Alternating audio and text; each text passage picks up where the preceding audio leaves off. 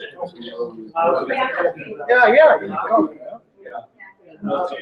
Although I went on the course in the States and attended.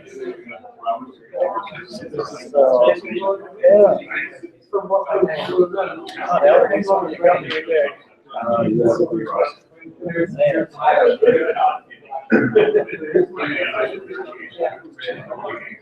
Get a chance to read my book. I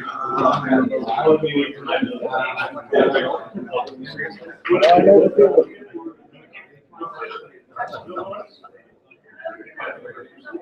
Look, it's going to be both.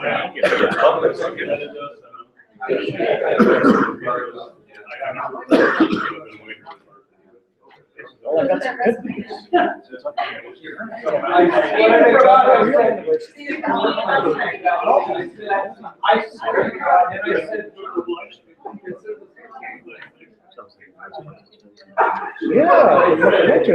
Looks like nice planet.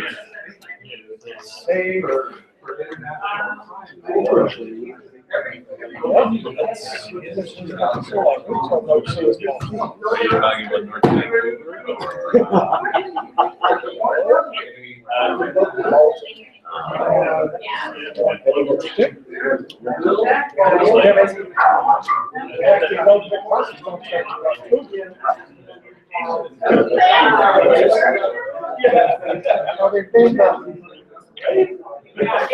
The highlights after this. Yeah, I think it's a big tribute.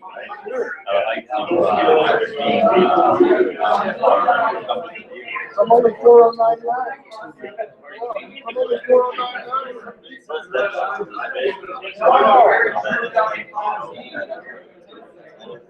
Where exactly is it? That's a terrific view, and that is. Well, okay. I don't know if this is leaks. Could be one of those leaks. A lot of universities do that. Yeah. Actually, Just a lot of UBC, they funded a lot of UBC to do real estate. A lot of it is monster. see, actually, set up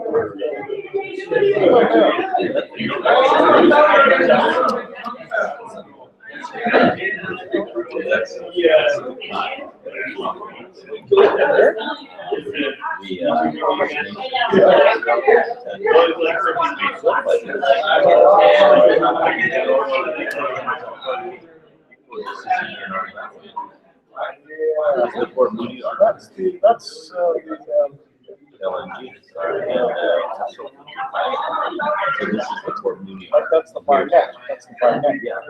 It's the Port Mooney. There's Indian. It's a lower.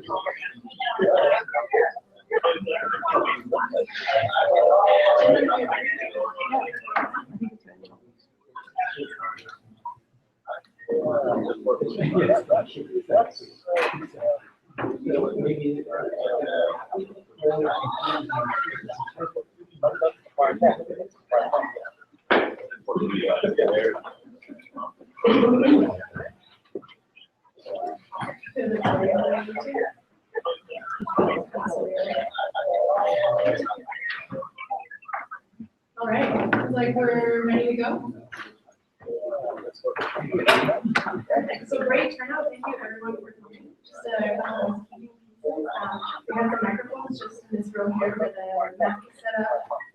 Those mics are quite sensitive, but we try to just sort of project and enunciate so that Paul can hear us. And Paul, can you hear us right now? No, you're a little bit quiet right now. Okay, this is our, I'm going to double. How's that? Is that better? That's better. Okay, great. So we are live casting on YouTube currently. You can tweet out the link. Jen has already tweeted it out. Jen's events has also tweeted it out, so everybody can find. Our hashtag is Future of Journalism, and we have some Twitter handles on the board as well. So please feel free to share this and just interact on there as well. No, you're a little bit quiet right now. So let's try to solve all of the biggest issues facing the journalism industry. How's that? Yeah. Great. So I'm just going to start by introducing our speakers. Let's start with Paul, because we need to address the fact that he's always got some screen behind us. So Paul Wilcox is one of the people who failed to find solutions to the decline. After beginning as night editor at the Red Deer Advocate, Paul ran newspapers for foreign, private, and corporate owners. What's now Trinity Mirror, New Brunswick Guardians, and Thompson, as the family gave one last chance. So, his post-corporate life has seen Paul proudly reporting and commentary to all the big newspapers, many magazines, and broadcast media, mostly on politics and public policy. Testing.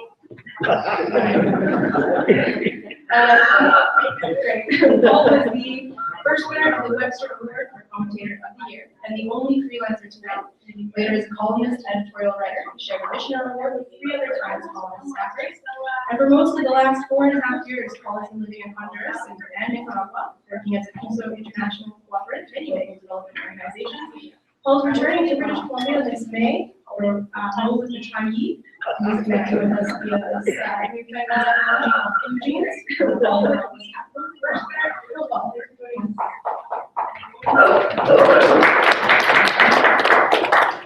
And then just to my left here is Aaron Miller. Aaron Miller is the founder and CEO of Discourse Media. Aaron's won multiple awards for her journalism and innovation work, including being named a 2015 Bob Carty Fellow for Indigenous Journalists and Free Expression. She's a Solutions Journalism Fellow at Commission of Canada and Amex Emerging Social Innovator. Aaron's given talks and hosted workshops across Canada and internationally, including at the conference. This week she's heading off to Perugia, Italy to speak at the International Journalism Festival. Previously, Aaron worked for the Globe and Mail, The Plains, Reader's Digest, The Walrus, The Times of London, and other publications. She's reported from over a dozen countries on 3 continents, and her work has been translated into 20 languages and published in 34 countries. Erin is a published author, and she taught journalism at Quest, and we're under her as my instructor at Lingua.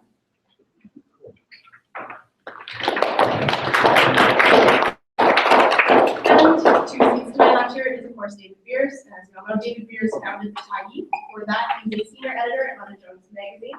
He was also the chief features editor for the Vancouver Sun, senior editor at the San Francisco Examiner, and he has won national magazine awards in the U.S. and Canada for his writing, which has appeared in numerous publications, including Harper's, National Geographic, Globe and Mail.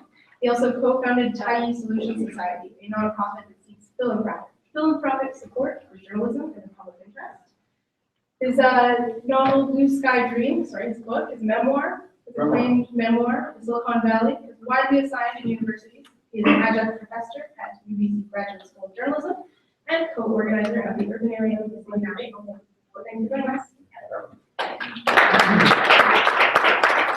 And just quickly, my name is Ash Kelly. I'm moderating the event. I'm a journalist at CBC Radio in Vancouver, and I've worked for a few years now with media as well. So.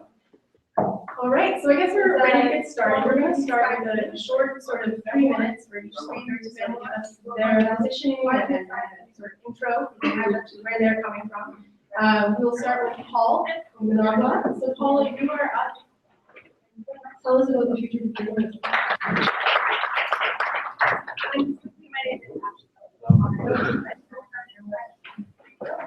Sorry, Paul, we can't hear you. Just 1 second. All right, so I guess we're ready to get started. Paul, can you check if you're muted over there?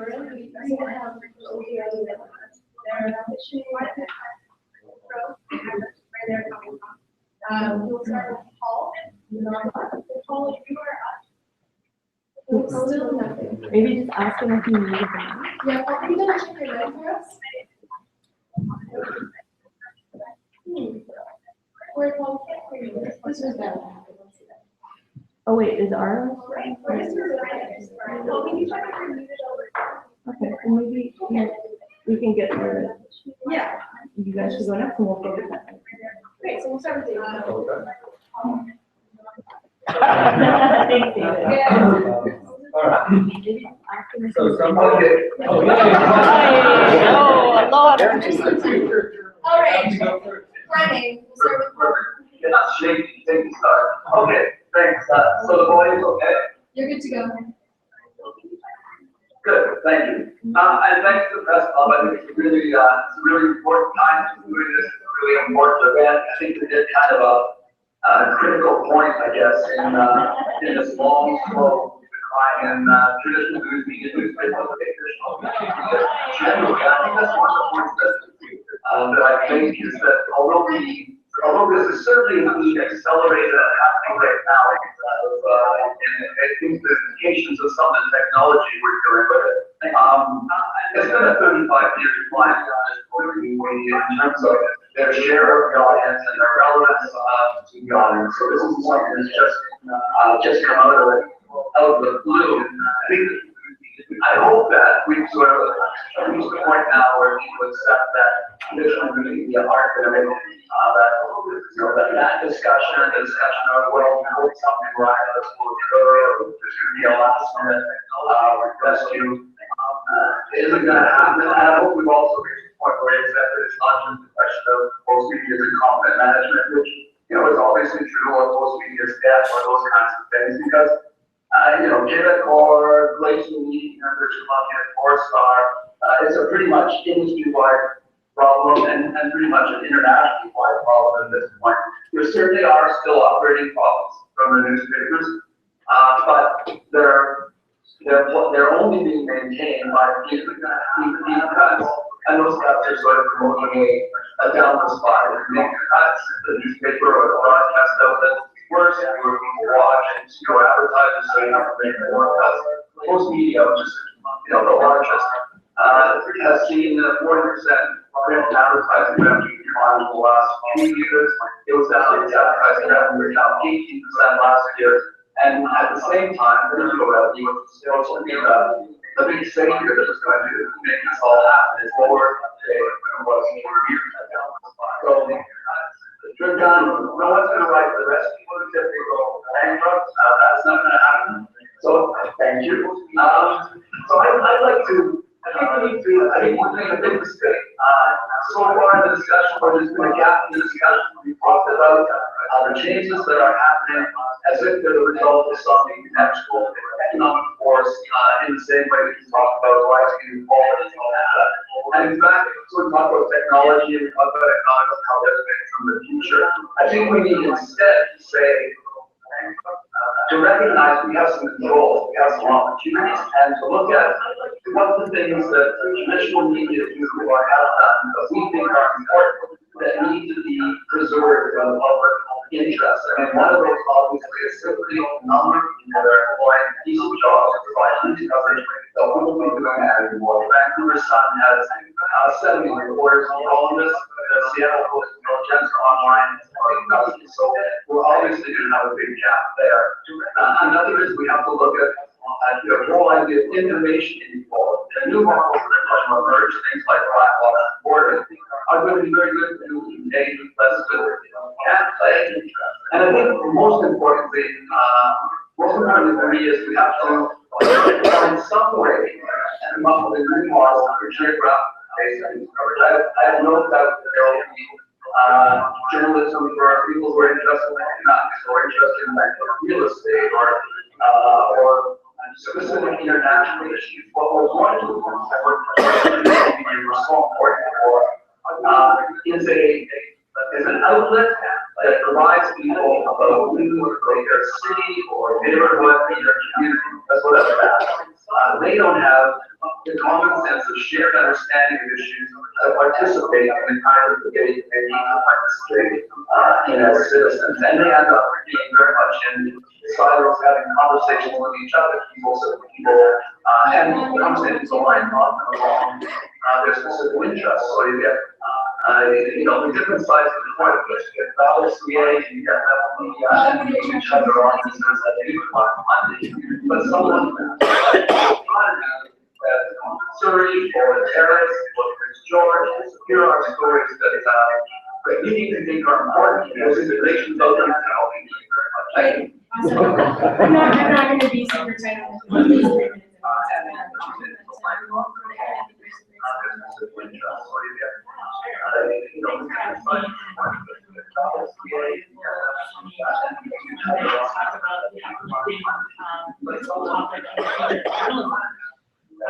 So I was told you, I had a traditional, my career for the last 10 years, before founding social media, was very much as a traditional journalist. And working for mainstream media outlets like Globe Mail and some magazines overseas and that kind of thing. And the reason that I, as an independent journalist, founded social media was because I was lost connection. I was having a hard time accessing the opportunities with the outlets that I had to be doing the sort of work that I wanted to be doing. So that was ambitious, big, meaty projects that go back to the principles of journalism, believing in sharing principles in this room. And I was starting to lose connection to the impact that I wanted to be having, which was the reason I was journalism in the first place. It certainly didn't go into the money. So that was the reason that I came to Discourse Media and with a group of journalists began founding it about 12 years ago. So I won't talk too much about that, but and focus instead on the future and where we see it going and what we're working on. And so we really believe that when we look at the innovation that has happened in journalism, particularly in Canada, most of the innovation in the existing media outlets that are dominant has been focused on things like platform, StarTouch, or new algorithms, or headlines being disseminated, that sort of thing, or advertising, so ever a new way to do some sort of native advertising, or offer more authenticity to advertising in the way that we're packaging advertising. And of course, operational innovation, mostly in the form of apps. So these are the things that we've seen innovation happening, and where we really feel like we need to spend a lot more time is first on revenue models themselves. And I think Paul did a great job of laying out and the fact that the advertising markets are not coming back. You know, the market is now fully owned by Facebook and Twitter, and instead of innovating to find ways to sort of spray the last little bit out of that model that we can get, I think we need to be really thinking hard about what sort of revenue models are aligned with actually the quality of the product itself, as opposed to the quality of the audience, which is essentially what the dominant models are currently aligned with. So we believe that essentially says that it's distorting the incentive system for journalism.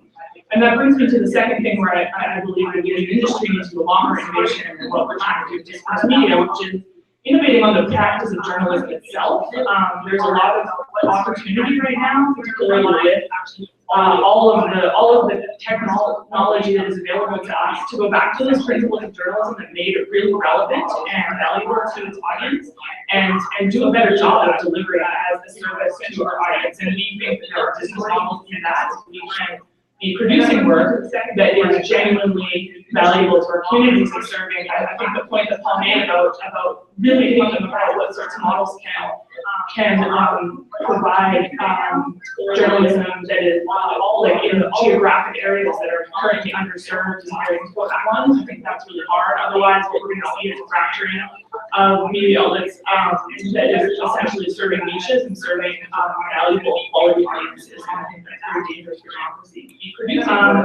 But yeah, I'll stop there. I think valuable to and I'll get it to you. Great, thanks. I took seriously the 3 minute limit, so that forced me to write things down.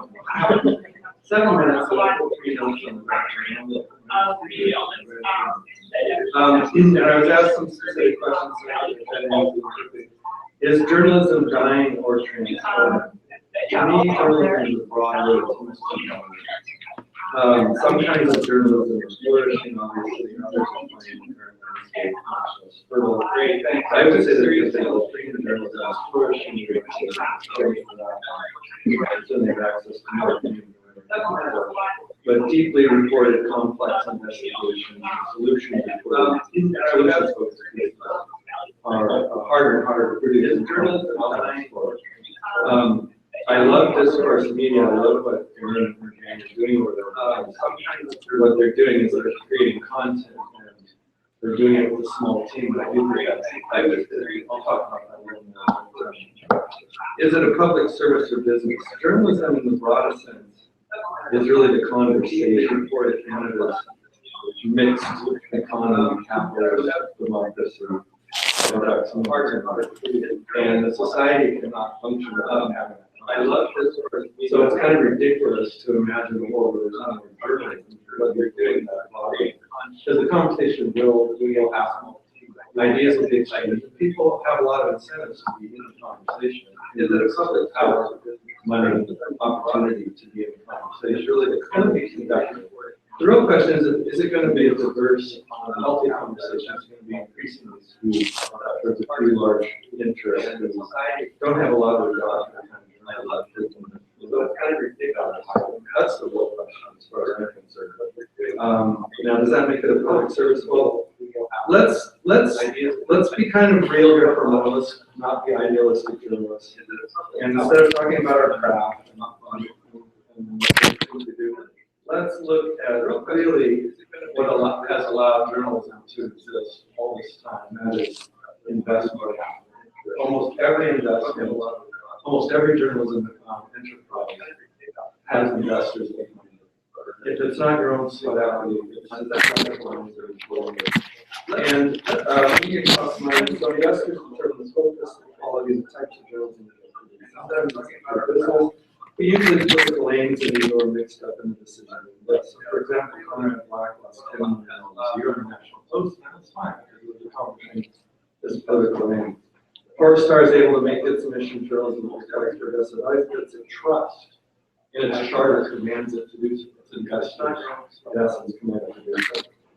The CBC has huge potential, but it's struggles not just because of its cuts, but because it's not quite good with its investors, even though the government. So really what I'm trying to say is if you want a more diverse conversation, we need many more diverse business models. We need journalism backed by many different kinds of investors with different definitions of success. The Thais investors do not say make a profit in 5 years. They say that we put in X dollars and that's turning into 5 times X over 10 years. The CBC has that made potential definition of success we can all agree. Finally, I just want to say that the official policy of Canada's government has been the opposite of incentivizing diversity. Regulators have okayed one mega merger after another. That's their only solution. And they reaffirm the model over and over again of a debt-loaded conglomerate that can cannibalize itself to survive. That's kind of run its course with post-media. Finally, I'm just going to say at some point, post-media is going to have to sell off its local properties. Finally, that will be a big loan. The official policy, one of these questions is really government can create conditions that favor local buyers. Regulators have obtained one negative. Government can create conditions that reward local stakeholders, starting up, and they reaffirm the model where charitable funded solutions focus content creators on charitable laws prevent charity from funding real journalism. There are many models to be tried and nurtured, and I'm way out of time, but I'm glad not to waste it. Great, so from here on, we're just basically going to have a conversation directed by some of these bigger picture umbrella questions. And so what I would like from you guys is to just respectfully interrupt each other when you have points to make. I think that's how discussion happens, if we just continue in this very formatted way. I don't know if that will foster good conversation. So please, Paul, this includes you, feel free to interrupt each other. If we get off topic, Marvel is to interrupt us. But I want to start with a fairly dichotomous question, and I imagine some of your answers will be somewhere in between. But I want to start by asking, is journalism a business or a public service? And maybe we'll start with Paul, and then again, just have a very organic conversation with awesome. Yeah, well, I think one of the really interesting things about the traditional model is that it's sort of managed, at least, over the long term, to merge those two aspects into one kind of organization. So you certainly had owners who wanted to make profits, some owners who wanted to have political influence as well, and that sort of ebbed and flowed. But generally, you had newsrooms that felt, and again, it varied, but felt more or less separate, felt that they were acting in public interest. So you managed to get a hybrid that put those two things together in a way that I think managed to fund the journalism and maintain a broad focus on the public interest, but imperfectly to be sure, and with the public interest often misjudged. But that model function, and I think at this point, we're having a very hard time coming up with a new model that works obviously from ones in which it seemed curious of public service and that people who fund it in that way, but sometimes they're very clear ideas about what public service looks like, that might not be keeping with everyone's traditional journalism values, and then people like BuzzFeed who see it clearly as a business and have no interest in content beyond its ability to attract eyes to sell ads. So it's a hybrid, and I guess the new model I'm thinking that what we need to do is have a diversity of approaches that test both new business models and much more public interest focused approaches. I'll jump in and say that, yeah, I definitely don't think that it is an either or, that it is a public service or a business. Again, I would go back to what Dave said, that there's always some investors behind journalism, and I think where we run into trouble with economic models is where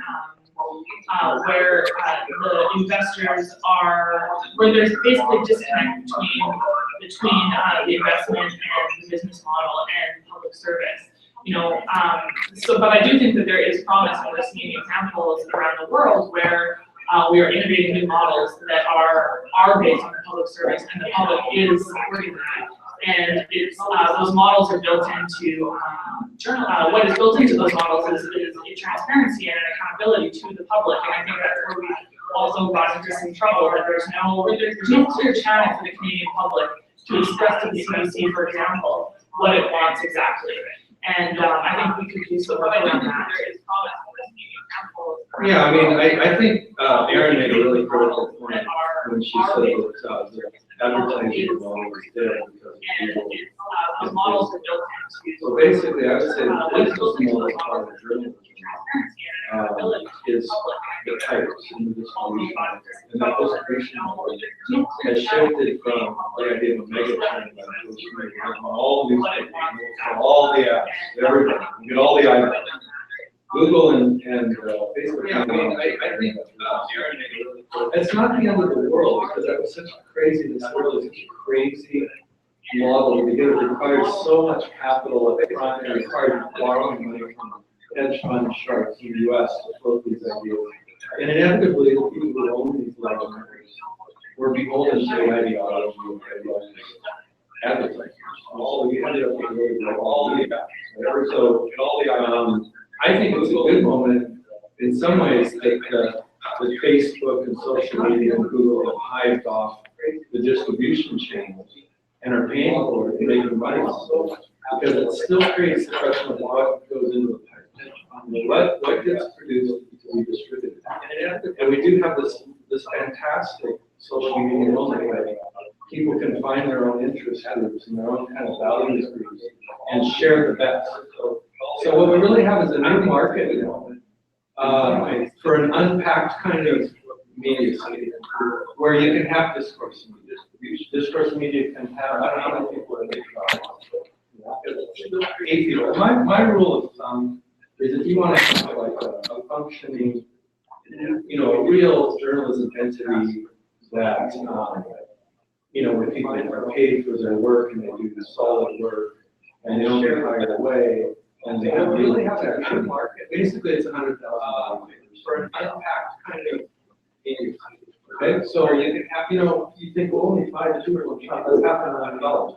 That's a big leap, because we have been seduced and betrayed by this discourse of the citizen journalist for 10 years. It's time to put that away. Citizen journalists don't work for free, and they don't have any lawyers back.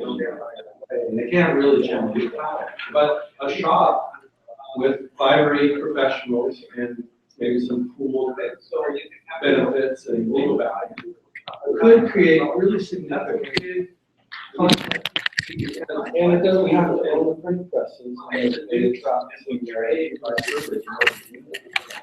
So I think we're at a really interesting moment when we can start thinking about journalism as the conversation And then smaller organizations that find the right investors, that strike the right deals with stakeholders in the conversation, to fund the production of content that could create into that original network. To me, that's very exciting.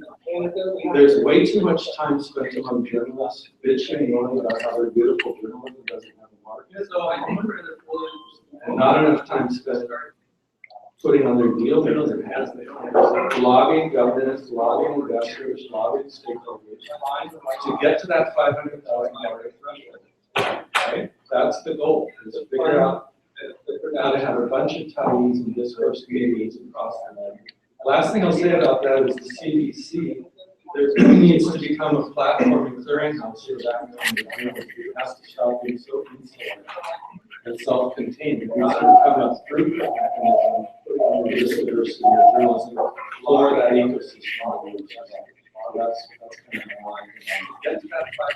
So then, when you hear 500,000 members, it occurs to me that one of the major,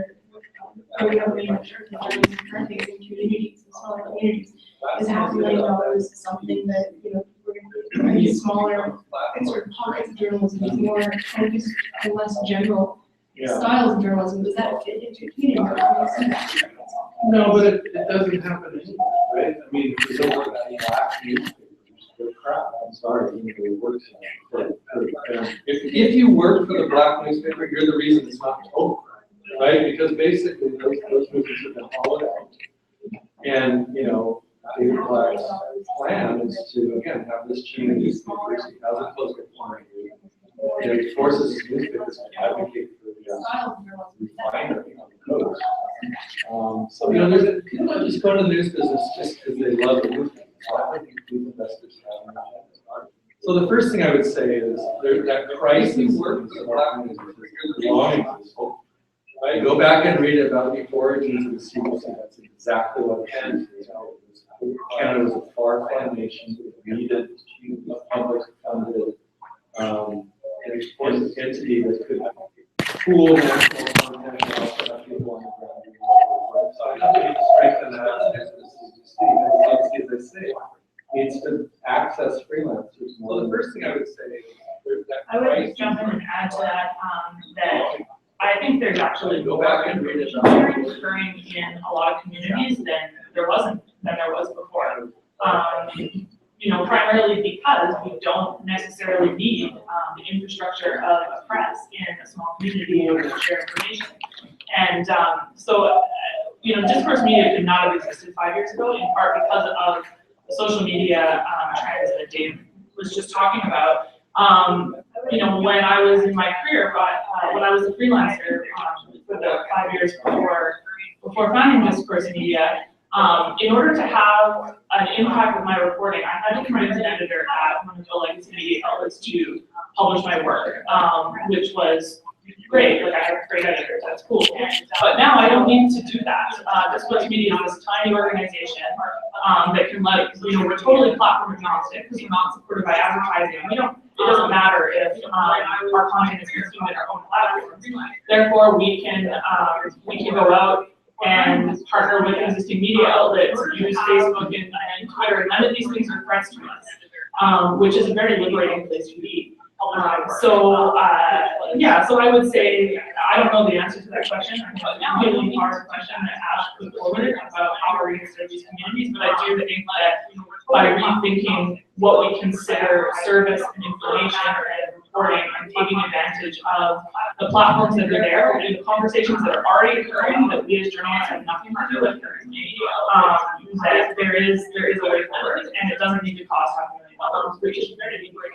Well, do you have anything to add to this? So I would say. No, it's very interesting. I did think that David highlighted both the opportunity and when he talked about social media to share information, but I mean, if the words used were to share with other like-minded people, I think that's the big challenge that we have at this point is to move beyond that so that good journalism isn't just reaching an audience of people who share the belief of the specific outlet. There's at least some opportunity for a broader platform. So people are being challenged. People are having to deal with the idea of reporting or commentary that doesn't necessarily meet the preconceptions of their friends and their social or economic circles. It's a big challenge that we have. Okay, so we're ready to move I mean, on I to.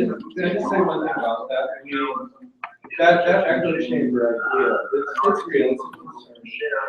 But when I talk about like-minded people, I'm talking about people not only like-minded in the sense that they like to hear their values reinforced, but they share an anxiety and a tension about questions that are never raised by broader users. So for example, our values are progressive. It's an ongoing conversation between labor and environment. In BC, that's that huge conversation that keeps getting lumped in as left, but as opposed to something that needs to be worked out within the coalition. So not only by like-minded, that doesn't mean without a discussion.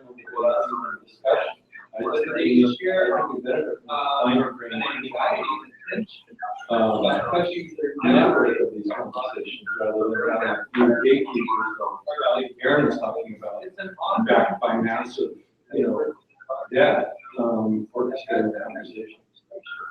It keeps getting lumped. Let's talk about the money a little bit more. So where are you getting this money? Where do you draw more and more from investors, and how much of it should the government do? Let's start with Paul.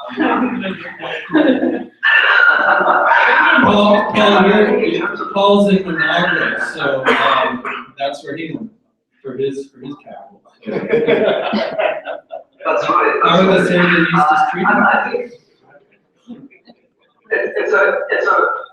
it's a very complex question, especially around government money. It seems to me, especially looking at that aspect of it, that there's a lot of things government can do through policy that doesn't involve direct subsidies, which create their own kinds of immense problems.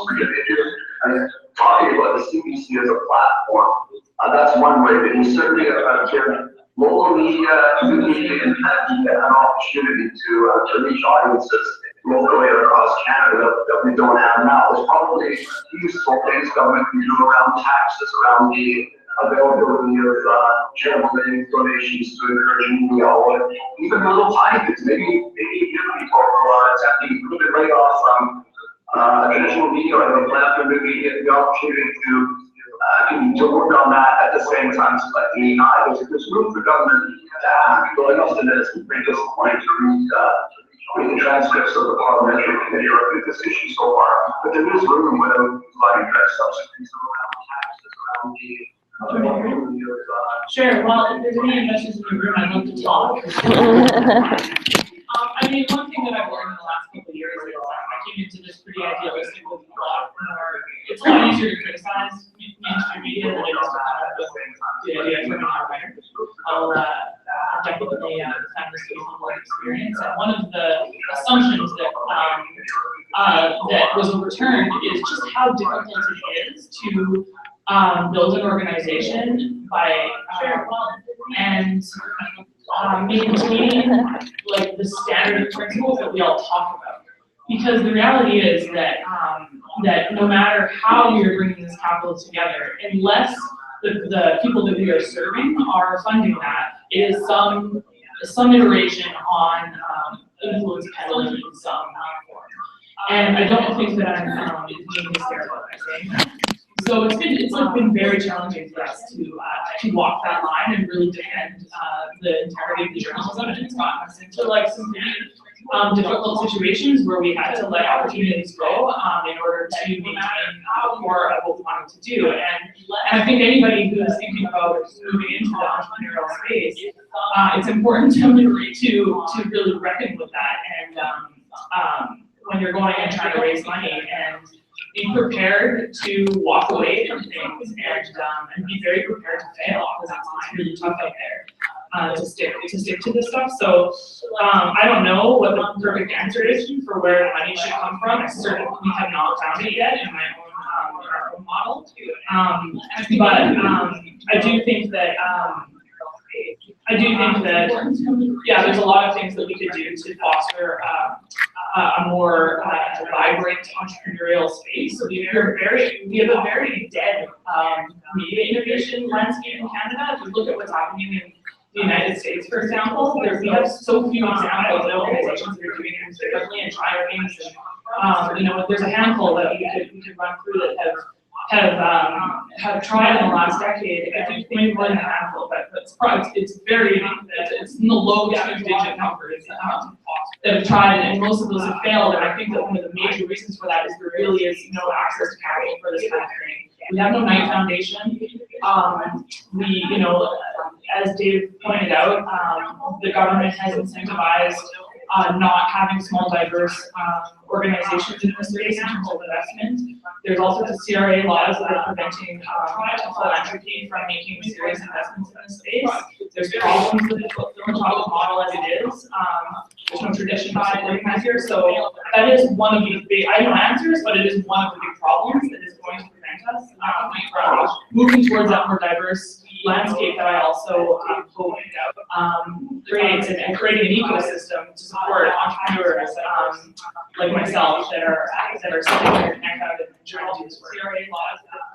I just feel like a very kindred spirit. Everything she said, yeah.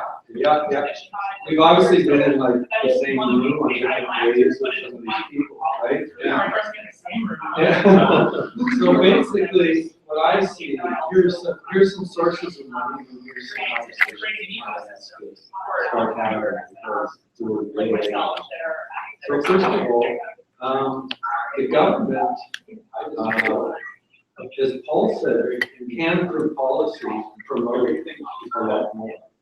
It can do it through tax. We've obviously been in, there should be, there are lots of ways you can do it. You know, in France, by the way, the French government values its conversation so much and considers legacy media so important that even though their circulation is rather small over the large newspapers, they understand that those newspapers have a critical role to play on the ecosystem in the way they conduct conversation. France just throws $650 million at the government. At the newspapers, not at their public. These are in France, by the way, private. The French government, Canada actually has a correlate. Canada was facing the threat of what were called split-run magazines. They're printing so many Time magazines anyway in the States. Why don't we just throw 20 pages of Canadian Time magazine and flood the Canadian market with these magazines? So then, you know, we'll get rid of the claims pretty quickly. We'll charge half as much out of that. Well, you know, the Canadian government didn't like that, so they did a couple of things. First of all, they slashed postal rates for Canadian magazines. And then they started trying to allow for business development to Canadian magazines. We didn't do that for digital publications, and that's why our big success stories here are Huffington Post, U.S. Organization, and website U.S. Organization. What is the difference? What's the difference between Time magazine flooding Canada with split runs and Huffington Post was basically a split run digital entity? It basically floods Canada with all of its U.S. news and throws some Canadian stuff on top. So there's been, this is policy. They have not had a policy discussion. They've been in some kind of cocoon hibernation during the HARP period. The second thing is charitable law, which Aaron made reference to. The CIRA is ridiculous when it comes to defining what is political content. Basically, any charity can only fund, only 10% of its funding can be for political activity. And they define, literally, I have sat there and gone with a lawyer with stuff that's been funded by the Titans. Solutions oriented in the public interest, educational. Wait, you named a prime minister. You said that back in the 90s it was Prime Minister, Martin Dickiel who was there at that time when this policy was political, because that was true. Well, that's it's insane. You can't even believe it. In the States, Harper's, The Nation, The Republic, National Review, you name it. These are charitable enterprises, other jobs. So we don't get that. We don't have an infrastructure of vibrant commentary and investigative journalism that's charitable. Finally, absolutely right. where is the risk-taking venture capital here in Canada for these startups? I just told you $500,000 a year, $800,000 a year. That's the cost of one ad campaign, one local ad campaign. So we don't, but that money could create a very powerful content generator entity. And we're supposedly this fast-moving, fast-developing internet era where, yeah, it's high risk, but it could be high reward. Where is that? Where is the pools of money that are earmarked for high risk, for potentially high reward media experiments? The last thing I'll say is tax breaks. Tax breaks for cooperative models, tax breaks for local-based models that have local stakeholders. All that could be a way the government's involved. Again, not directly parallel. Where high risk. Great, it occurs to me that we would be remiss to talk about the future of journalism without talking about young journalists and journalism schools. And we've seen some innovation in the space of journalism schools this year, but I think we've also seen out east, the saturation of that market, closing.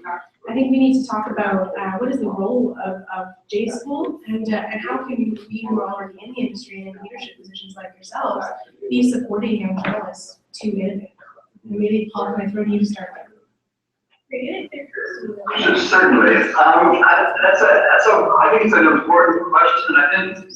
I don't think journalism schools, at least from my largely distant but close watching experience, have really risen to the challenge, really played their role in looking critically at what's been happening and providing some of the theoretical and academic background to look at what experiments are working in some places that could be working in Canada, or to encourage their students to be thinking about how they can create their own role in the journalism world, rather than sort of marching towards opportunities that might not exist anymore. So I think there's a lot more opportunity for leadership than we've seen so far, and really tapping the vision and providing some of the theoretical and So I went to the other J school, which is jazz school.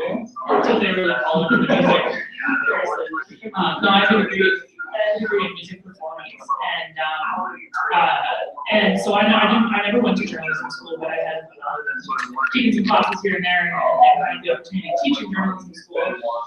And one thing in my music education, I went to a great program at Capilano College that's been around since the 1970s and has produced a lot of very successful musicians in Canada. And one of the things that they taught us was we had classes every year focused on just the business of being an independent creator of music and the reality of that. And because that's also been extremely, actually going into journalism after being in the jazz space, I was like, man, there's so many opportunities, and money's so good. Anyways, I'm still living the dream here. But anyways, but that was really, really valuable to us. And so we learned how to market ourselves. We learned how to negotiate with club owners. We learned about the basics of contracts. And that's the sort of thing that I think some journalism schools are starting to do, and some are doing a great job of that, and teaching this more entrepreneurial stuff, really preparing students to come out and be in a space where they can create something of their own. So I think that that's really important. And so the journalism schools are starting to do that. Anyways, really support that. And some journalism schools are absolutely not doing it at all. So it would be nice for them to think about that. And then what can we do in the industry? And I think we can build business models around unpaid internships. I think we can, so that we're ultimately only creating opportunities for journalists who can afford to play the game. I think that's a serious problem for diversity of voices in our media landscape. That's one thing that the social media is absolutely committed to. We're not in it to make precarious jobs. We don't think that that's a contribution. So that's one thing I think we can do. And I also think there's a lot of benefit to us to be bringing in young people and putting them in positions where they can have real influence on how we're approaching the work, because they have a lot better idea than I do about what's happening in the digital space a lot of the time. So I've had a lot of benefit from having young people around, new journalists around in our organization, people like Ash and others, and I'll continue to do that in a way that I hope that I can offer something to them. So that's my intention as well. I want to approach this again by going back to the word journalism, and encouraging people to not think of journalism as a craft, a line of work that some people choose to go into. We need to be trained up in university. I think I teach journalism, so I think journalism is sideways in that word, which I don't know the right. I want to approach this. I want to use another conversation. I've already put in my finger some major institutions in this country that are not hibernating, brain dead. They're very slow to the realization that they are critical to keeping the conversation vital and live and happening. I've pointed to government regulators, I've pointed to nonprofits, I've pointed to CDC. A huge player in this universities. They receive an enormous amount of help. They claim to be central and essential to the national purpose. They claim to be generating new information every day that is vital to our interest in public. And they do this project of telling us what we're up to and sharing that information. That's not my analysis, that's their own analysis. The big push inside universities right now is something called knowledge mobilization, which is a big fancy word of saying we come up with all this information and we never figure out how to make it matter in society.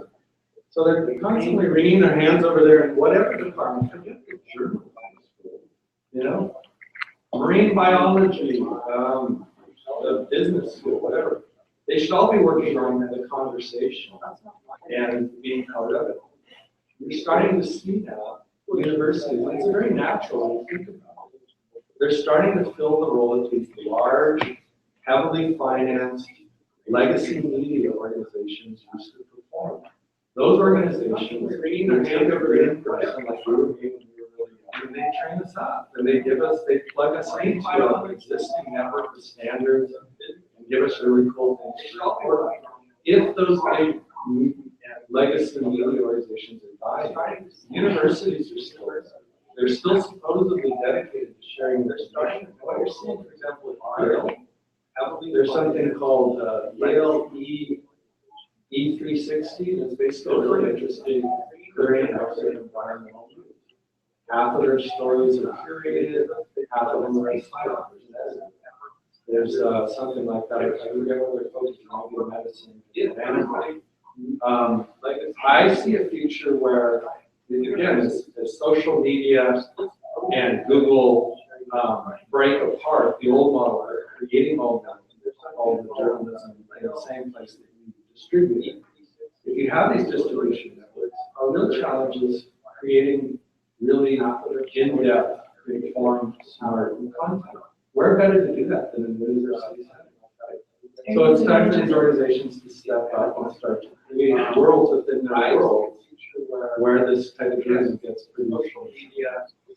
Yeah, I agree that that's a really interesting way to think about it, and that it's, and I think it's happening. Like I think we're seeing things like Open Canada, the conversation, it's called, where I think we journalists could do a better job is I think we have a lot to bring to those sorts of organizations about how to tell stories, about how to express that to a general public and make those stories accessible, and that we need to be thinking more collaboratively. And so this is something that we think about a lot at Discourse Media, because one of the problems that in our analysis of journalism and how one of the problems that we identify is that as there's fewer and fewer reporters, full-time reporters on beats, and we've really, every beat has really lost a lot of reporters over the last few years, and a lot of beats don't exist anymore. More and more reporting is being produced by general assignment reporters. That means there's less expertise about issues within the journalism industry. And we see that as a problem that we at Discourse Media want to address, and we hope that we can create journalism that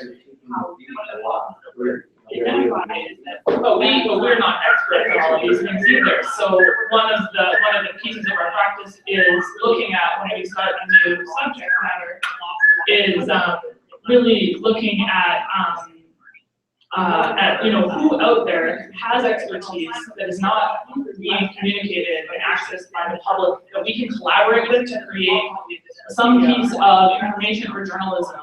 So, for example, right now we're about to launch a big global project on the future of energy, and one of our data journalists has spent a whole bunch of time at UBC with collaborating with a scientist up there to create interactives that are modeling different scenarios of emissions if we were to give reliable access of energy to all people in the world, and what would that look like. And she's going to have this amazing piece of data journalism coming out of this, and it was created in collaboration at UBC.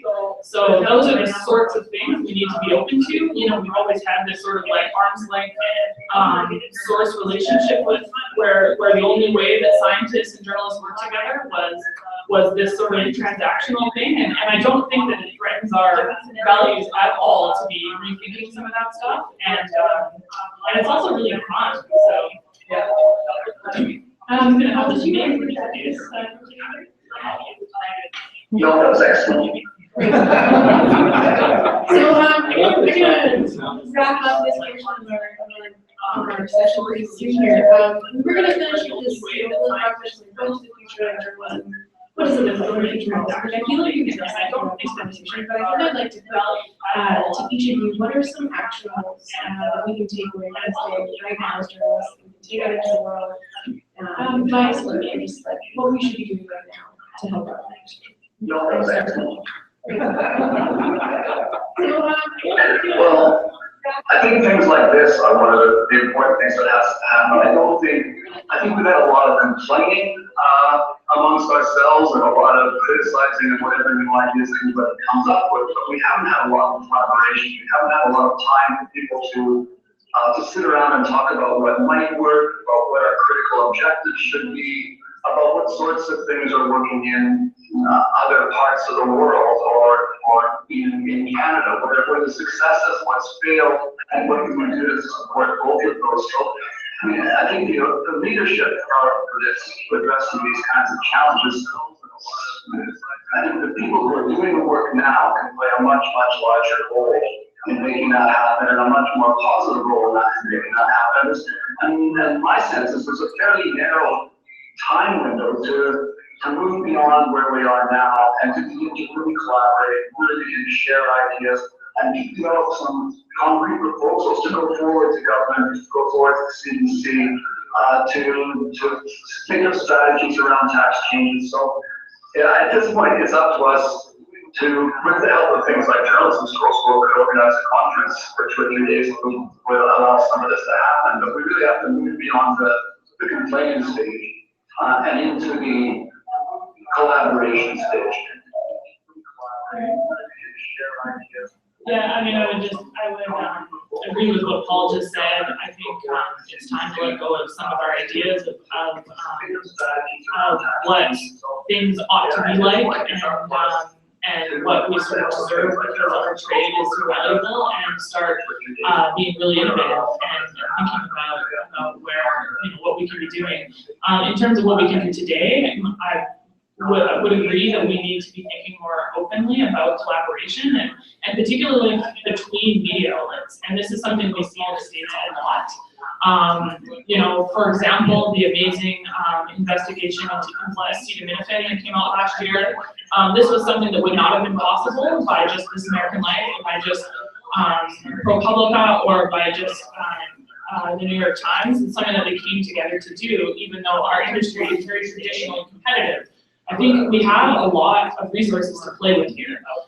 It's not, we constantly are turning in this environment of scarcity, and then still sending 10 reporters to cover the same news event. That's not providing service to our audience. So I do think that we need to be coming together and being a little more open to how can we collaborate to bring the expertise to the table, the resources to the table, the platform, to really be doing work that's ambitious and has a lot of resources to play with here. It's not you know. Yeah, I would say, sort of the flip side of the complaining that definitely goes on. I mean, when did journalism? And it's still. Isn't that kind of part of the job description? Yeah, I mean, I don't know why I'm looking over it. Just he and I like to complain. Little did we know, in those old days, when why you complain about everything, we were living through a golden age. of That's journalism. right. It's like the plaque my mom's having to say, sort of the flip side, and very sad, and a little bit of sure, things could be. And sure enough. But, the flip side of the complaining is what I call the bootstraps. Sadly, I hear it kind of permeate out the school. Well, you know, you just have to brand yourself, programs, be more entrepreneurial. It places too much on the shoulders of the individual journalist who's also trying to understand the craft. You know, what I think we have an interesting consensus here, which is that we've kind of mapped out on the Greek board these large institutions with enormous, sadly, institutional knowledge within, universities, CDC, the government, et cetera, these large institutions, charities.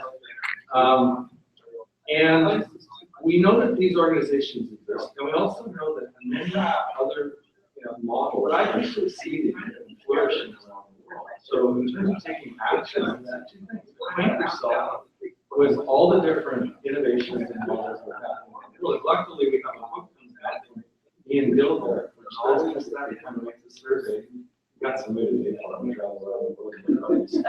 largest, and it's going to be a really interesting read. It's coming out with this organization. So anyway, I think we need to acquaint ourselves with all these innovations. And then we have to ask, what is it structurally within Canada that is preventing this stuff from happening? And then we have to group together like we're doing today. And instead of just discussing this stuff, we have to figure out where we can, how as a group we can start to make demands and apply that. Figure out which are, and by making demands and applying organizations, and be obnoxious, it's going to be really unwelcome in the halls of power.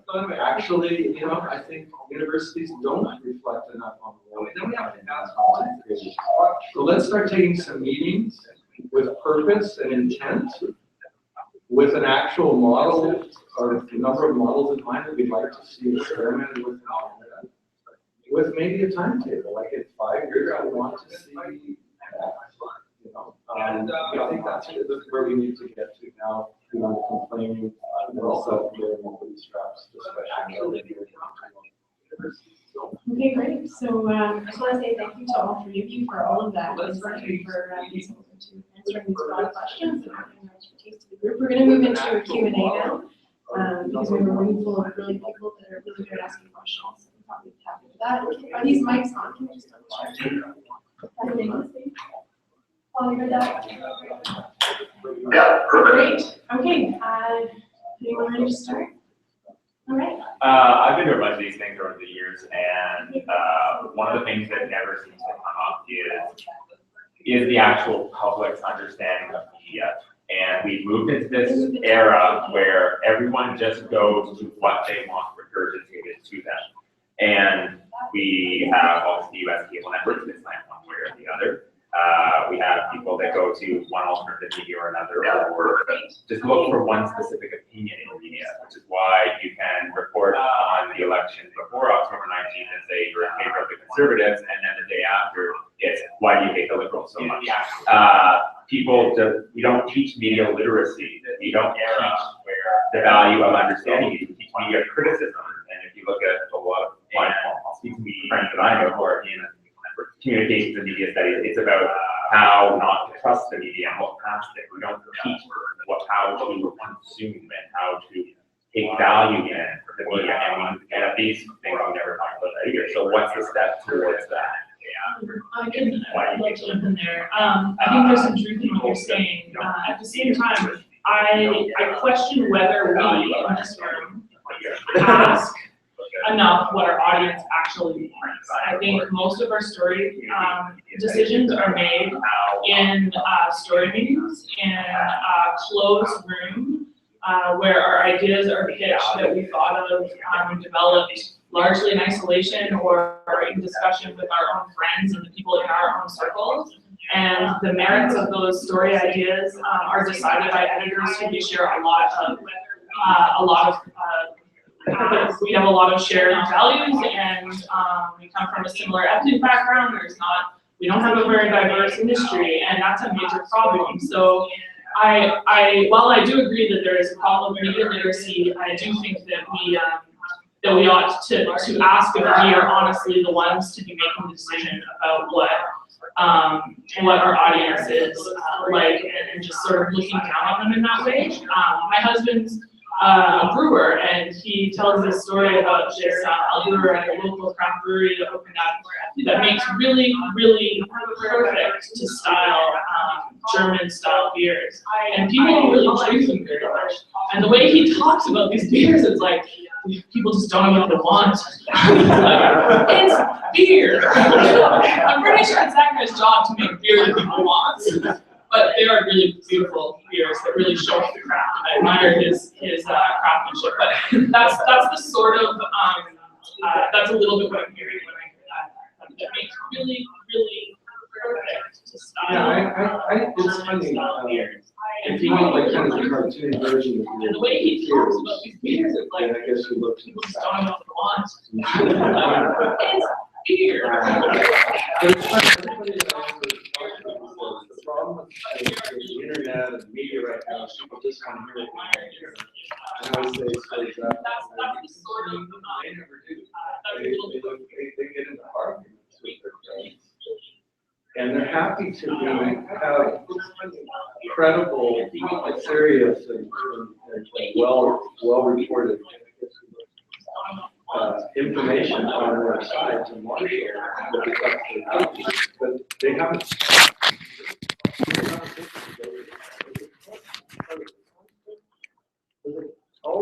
There's always been a constant contestation of ideas and power relations. And then media is the place for that. So when I look south, I see two really amazing candidates. There's Donald Trump, we all know about.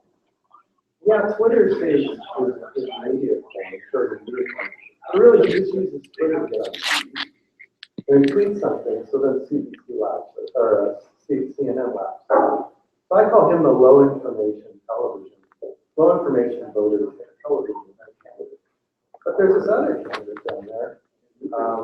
Bernie Sanders, when I was right, and he actually could not have existed pre-internet. Yeah, I'm from the States. I work at Money and Jesse Jackson, I've been closer. But he has a full-throated critique of money and power. I call him the lowest and calls himself social. And he's running that in that. I think that is the gatekeepers that Eric is talking about, who used to decide on whether we got to say something. I remember when I started out in journalism in the States, there were basically 8 editors, 8 magazine editors, who decided if I got to say something. That's old guy. And so to me, the fact that he exists in the same way, I call him a high information internet. Yes, he has a point of view. Yes, he's got his Bernie bros who love what he has to say and reinforce each other, but he is also breaking through and complexifying the conversation. So I'm just not as pessimistic as you would like to. But I think we don't teach media literacy. I don't think people have to realize the value of media. I don't like they like to consume stuff, but that's why people aren't paying for subscription services. They'll go around. I'm guilty of it. We'll go find ways around paywalls to get that, and unfortunately, we don't have the model for people to as well. There's just people are just going to keep going to where they can get free information. So they're going to go to where they can get their opinion. So I'm going to give a quick kind of optimistic loss on that. But like, first of all, I actually think the internet is such the web is such a tumultuous, multifaceted, honeycomb, whatever metaphor you want to use, conversation. It is itself a media literacy seminar, ongoing, 24/7. You're exposed to so much, you can find so much, you can have a question different things pop up. My kids learn how to play music on YouTube. They know how to play music. So I don't see why YouTube and the internet can't also be media literacy. And the second thing I would say about it is, I actually think the reason people aren't paying for media is we had 10 years of old media subsidizing. You're trying to cling to its advertising model, giving away media for free. And it was like music. It's like this music always in the air. You didn't have to pay for it. And it's not as good quality as music. Now, some of the very best journalism, in fact, most of the very best journalism in the country is done by legacy media. I'm just saying it was wrapped in all this stuff, right? And I think that right now, what I sense, I don't know what you sense there, or you, Paul, but what I sense is that people are wise enough to the fact that if they want quality journalism that really speaks directly to what they're interested in, they can find it through social media. And now, through crowdfunding, they have an ability to do it. Now, if $500,000 is the organization's budget, you're starting to get into range where crowdfunding could be a third or half of that. And you know what? That attracts investors because that shows there's audience interest. So I actually think we're in a much more hopeful moment in terms of people paying for media. Not every word, but enough to attract other revenue. And what's your choice of your product? Go ahead, Paul, I've already talked, I'll interrupt you in a second.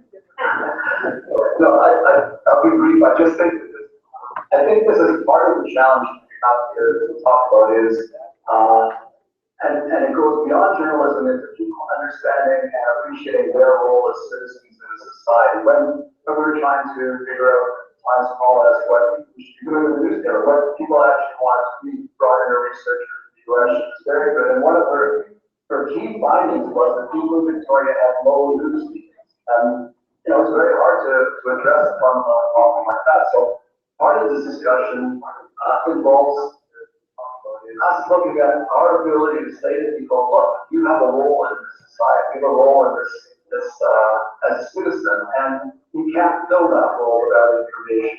And it might be that there's going to be some cost in that information, but here's a way you can get it effectively. I think that needs to be part of the discussion. I'll just add, also to add a little bit more constructive and solutions-oriented discussion to this, since I just mostly complained in my last comment, I do think that we need to reckon with the fact that trust is lower than it ever has been in journalism, and I think part of that is because of some of the things Dave was saying. Yes, there's amazing, valuable public interest journalism that is produced all of the time, but there's also a pretty big problem with a lot of the products that consumers are being given and asked to pay for, and there's also some big damaging things that have happened that are related to this model that I think is distorting the incentive system.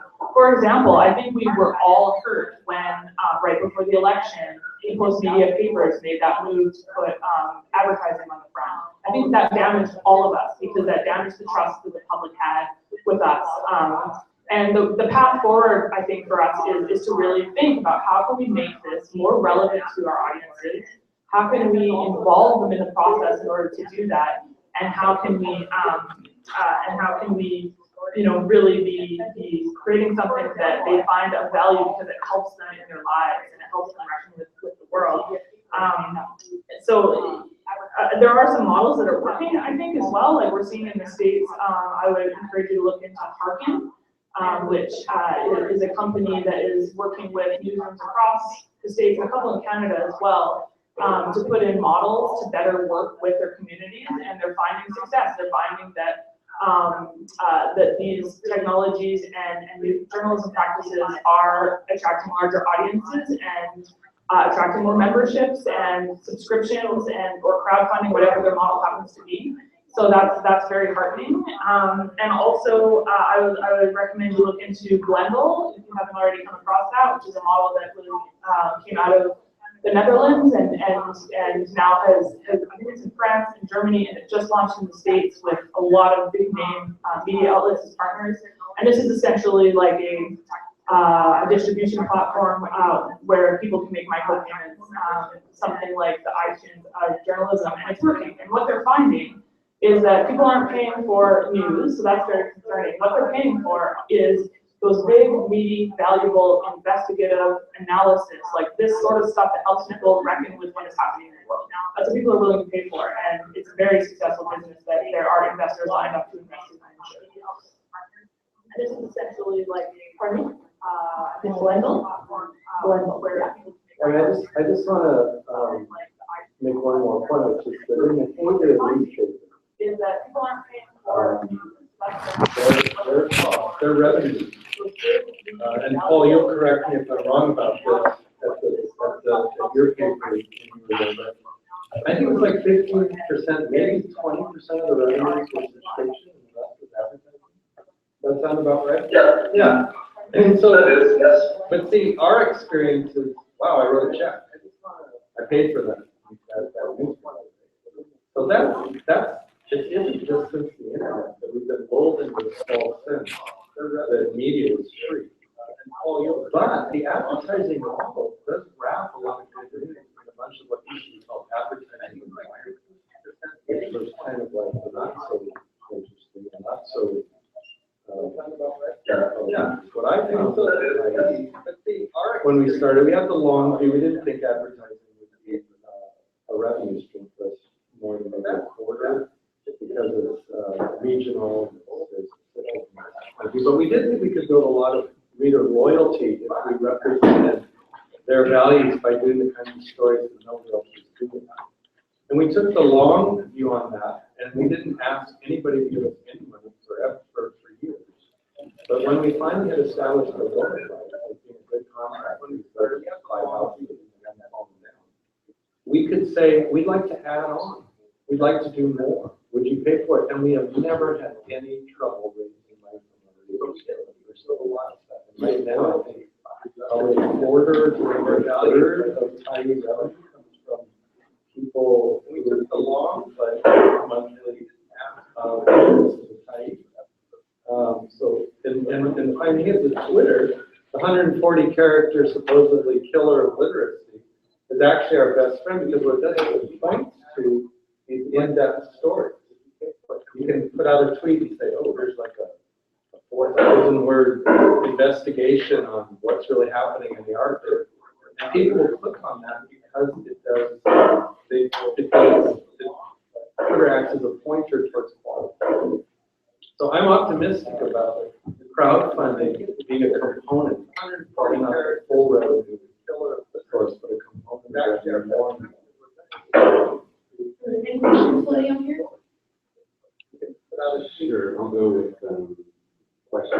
Word investigation. I guess the question is, and it's something I struggle with at work, why are we as Canadians, people interested in future journalism, focus on things going on? So we mentioned a couple of startup examples that are showing us the way. There's one based in the Netherlands, one based in the US. We are Heartland Canadian, but Open File kind of was the innovator there 5 years ago. It may have failed to build up. So we need to recognize it. In terms of finding experts, we have a great startup based out of Toronto, by Stavros Net journalists, who's putting journalists in touch with university experts. So I think we need to recognize that. And also the role that organizations are doing in trying to show us another model that we didn't discuss here, which is just making lots of money and then funding journalists. So, for example, how many people in the room have ever heard of I Fucking Love Science? How many of you know that they got offered $30 million to sell it? So that would fund a lot of $500,000 a year journalism. How many people have heard of Dipley.com? 150 million monthly page views. One of the top 2 users of their website, another one. London, Ontario, more than 50 employees. So there's innovation happening here in Canada, and I think we need to find it, highlight it, understand what they're doing. How many of other models? Make the money, fund the journalism. I don't know why we're so afraid of end run, which is simply what Bison does Peter's showing us, which is always done 80% rapper, 20% content. Bison's doing great local journalism here in Vancouver, but he's doing great local journalism in Canada as well. So this is in the model of the past. Lots of rapper, 20% really good investigative stuff. We know that's like, wait, why are we highlighting? Why is that not another model? Make money. 80% rapper, 20% It doesn't have to be low enough, that's true. It's that jazz school. Pop culture. I think it's one. The 80% rapper model is, it's lots of rappers. Right now, there's a few competing, completely different business models that the internet is possible. One is to get all the guys. The problem is that BuzzFeed and Huffington Post had so much digital infrastructure built that it was easy for them to move into Canada and use that economy of scale to quickly scoop up a lot of eyeballs across the country. And no Canadian organization was able to do that. But they are, to get the eyeballs model, they are facing a lot of, one is to get all the competition from Google. They're so dependent on advertising. The other model is just find an angel investor or crowdfunders or some mix, maybe a university, whatever, and just create content. And then maybe you become part of the 8% wrap. You know, maybe they pay you because your content's cool, but it helps them. They don't have to produce it. Let the big eyeball organizations be the distributors, or let social media distribute it, and just create a small team that creates really interesting content. And then the other model is the TIE, which I call the values-based community. And every decision made at the TIE is, are we providing content that would otherwise not be produced? And in so doing, are we making the case that if we went away, we would kind of ruin our let the big eye by going away? Which is a little different, I'm sorry, a little different from the Times columnist. I mean, if your person says, your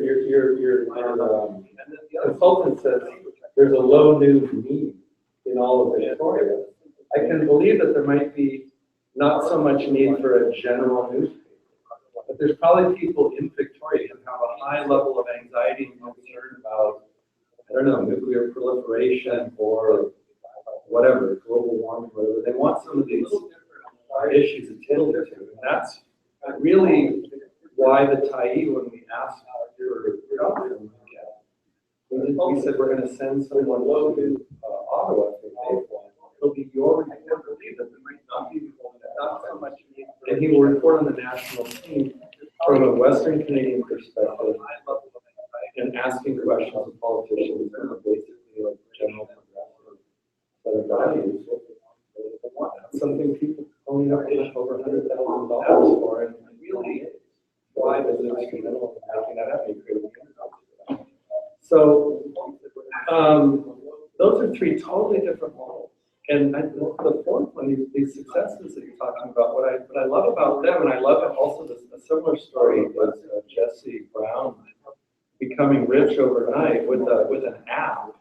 And people go, well, that's weird. Well, no, he didn't. It's not like he won the lottery. He actually thought about journalism the way I'm advising us all to think about it, as a big conversation that is entered into in a lot of different schools, a lot of different ways. He's reading all that. Participate in conversations, like to create little cartoon emojis to attach to their social media, sharing of a story. And he was smart enough to know that because that's his business. He's in the conversation daily, and he had that leap of creative imagination. He created a lot. These other successes sound like their ways of participating in the conversation, not necessarily old school journalism, but they're very much part of the conversation. And there's money to be made. The conversation. Yeah, it's interesting to note that Jesse Brown managed to match Chinese funding this year.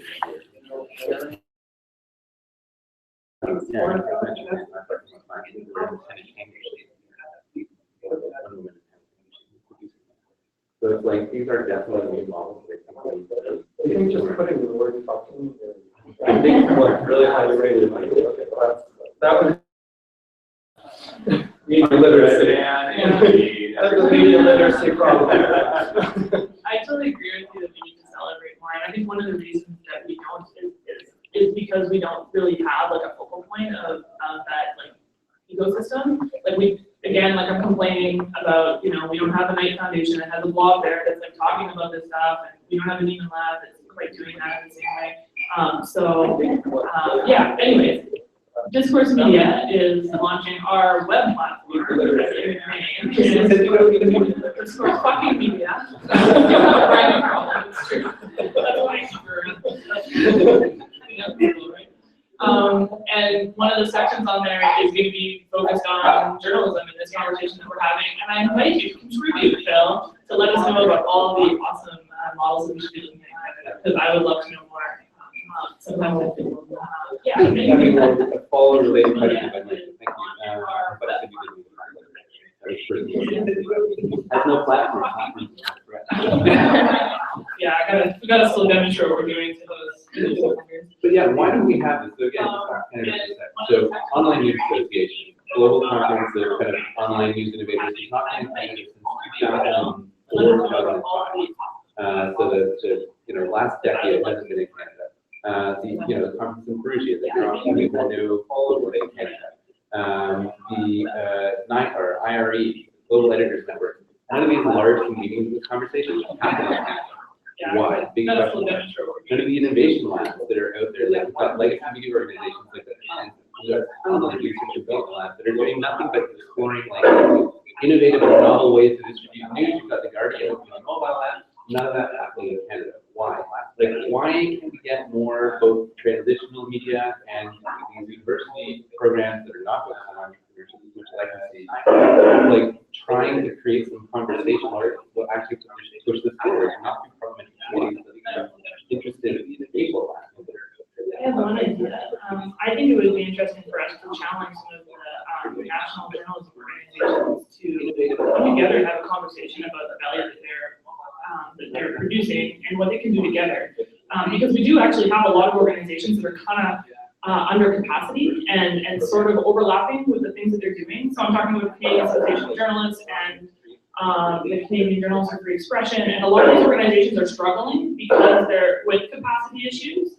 But they're also kind of overlapping and competing with each other, and I think the Canadian Journalism Foundation could also be a key player. They have resources, so it would be interesting for them to get together and ask what they could be doing together to be convening these conversations and driving the industry forward. Because, like personally, I see too many panels of sort of the same conversation happening, and I agree. Like we need more, for sure, here in Canada. For me, it is.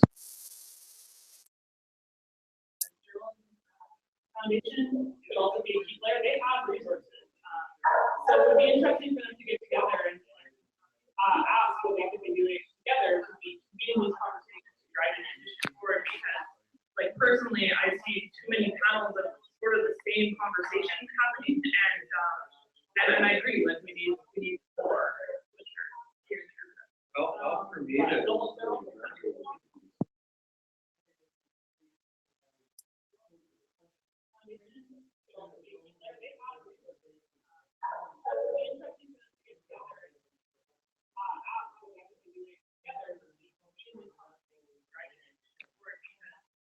Personally, I see many panels of sort of the same conversation happening, and I agree. Like we need more.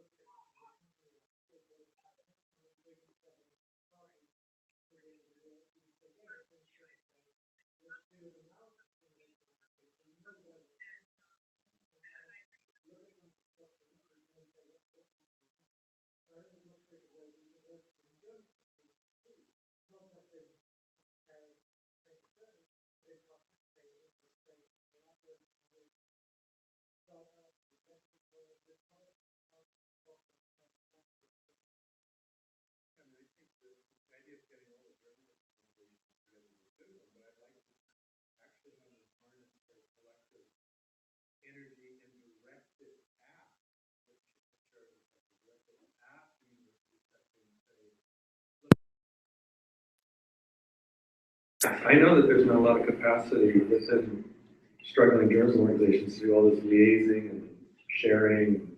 I've been there. But I think, if you start putting together, 3, 4 cornered assemblages of these sectors and really went eyeball to eyeball and said, are you satisfied with the conversation in this country? You really think this is going to get it done for the next 20 years? Because it's pretty critical 20 years. And if not, let's start to identify what's lacking and what, as Philip says, what amazing resources we have in this country that we're just not activating. Let's get it done. I think the time has arrived. I think Ian's book's going to be a good catalyst for as well. Daily waiting patiently, did you have something to add? Just on a sort of not really related note, but the parliamentary committee, I know there's mixed feelings about whether it's useful or not.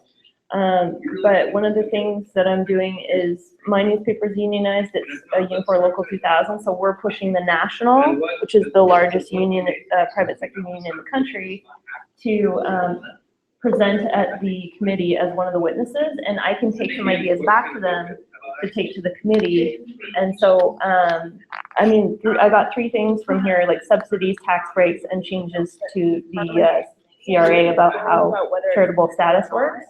And if there's anything else that we should be telling government right now, I could do that. So we're pushing the National, which is the largest union in private sector in the country, to present at the committee as one of the witnesses. I think the problem with the correct me if I'm wrong, but I think the problem with the charitable status is news organizations can't qualify, so they have a harder time using that as a way to get money, right? About how It is a political status works. element of it that you're right, like also is That we should be telling government right now. So there are probably outlets and that's really outdated, like if you look around the world at tax policy around charitable, like we are so far behind.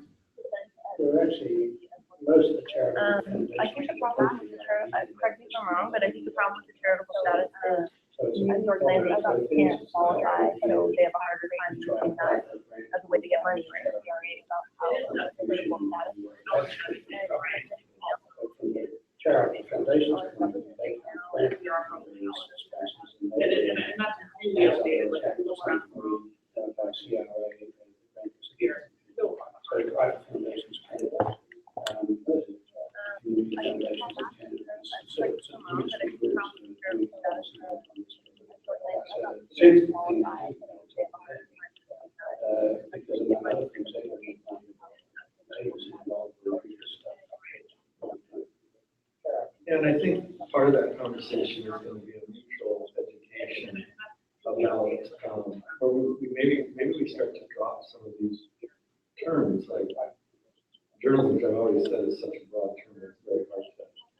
And you can almost use anything. You know what you think you mean when you say it, and the person across from you might hear it and be thinking something else. Right? But I think that the conversation that needs to be had is, to Aaron's point, collaborating with the scientists to convert their findings into plain spoken public interest journalism that suddenly helps people figure out how to incorporate that into making the world a better place.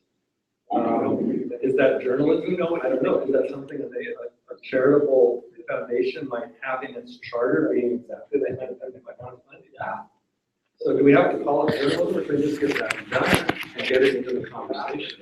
Similarly, my conversations with charitable nonprofits are too often utilitarian, they're too often neoliberal. Like, if we're going to do this, what do we get out of it? How do we measure the impact? I'm like, I'm sorry, but you're not hiring us to do a marketing campaign for saving seeds. You're turning loose. The analogy I use is, you like honeybees? You think you like what they do in a garden?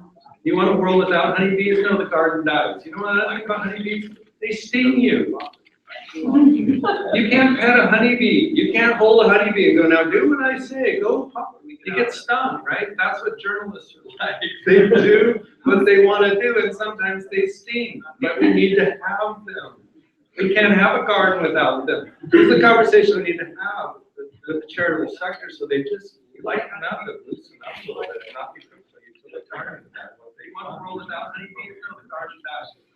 I mean, I find it really interesting that we are often looking to the states and the success. You can't pet a honeybee. You can't hold a honeybee if you don't have to. I think how their investigative organizations are able to succeed, and that's just through access to information. But they wanna do I think we all know it's a huge struggle in Canada, it's a federalist You struggle, can't have a it's car a in the national house. scale, It's everything's a conversation. and, you know, in certain sectors, like education I'm working in right now, is at a school district level and at a first school level. We don't have big Canadian data in the way that, that American organizations have access to. And I do wonder if there's a part of this where we need to, we have an opportunity presenting to the parliamentary committee to investigate, you know, it's high in the sky, but it's a big barrier for us to be able to do. Oh. Well, and the important thing about taking those opportunities to present is that, we talked earlier about public understanding of the importance of this kind of work, and just taking those opportunities to say, look, when we don't have the access to information, we can do this work if you need, and explaining that role. I think those opportunities are to be missed. Yeah, just to add a couple of things for you too, Jennifer. I think we should be looking for allies, and we talked about allies in the nonprofit sector and the philanthropic sector who are also doing this lobbying and doing this research. When it comes to the data sector, there's a lot of organizations such as Open News that are working actively on a different path for convincing governments to think differently about open data that is a little bit less abrasive and it stings a little less. But they are definitely our kindred souls. So I think we also need to be looking at like what's happening there and like what does that lobbying look like and supporting that. And then just to add to your list of specific ideas, I would also add instead of framing money that's flowing from government to journalism as either tax breaks or subsidies, that we should actually be arguing that this is R&D. You know, there are models out there for supporting R&D in the sciences and in lots of different places, and that's what we're talking about. And I think one of the problems that we sometimes have in journalism is that we are in this industry of scarcity and where we feel that what we do is a public good, and we often just frame it as it's somehow something to be subsidized. We ask for just donations. We don't ask for people to pay the full cost of this thing that you find valuable. So I do think there's a framing thing there. What we're talking about is contributing significantly to Canadian society and economy, and that's just as valuable as lots of money that's getting thrown at tech startups and science startups. So I think that's the kind of argument we need to make, that we are in this industry and we feel that our good, and we often just frame it as how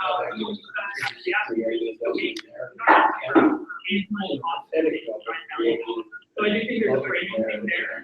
What we're talking about is contributing and that's just as valuable as lots of money that's getting thrown at.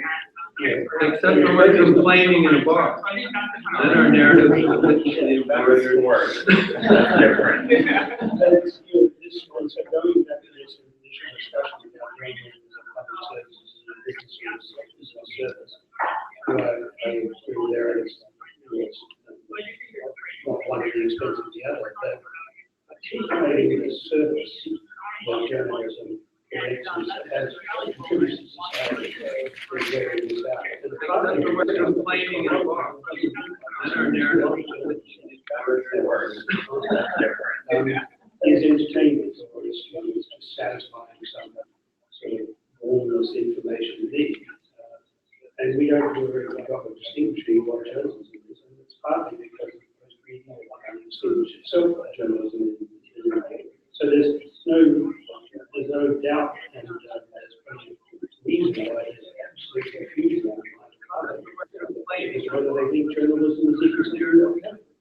So, the real test of that, that's why we can use journalism so people realize they actually need, they recognize it as journalism, they realize that the reason the world is going that way, not this, is because journalists create that understanding in society, mobilize the policy change and everything else.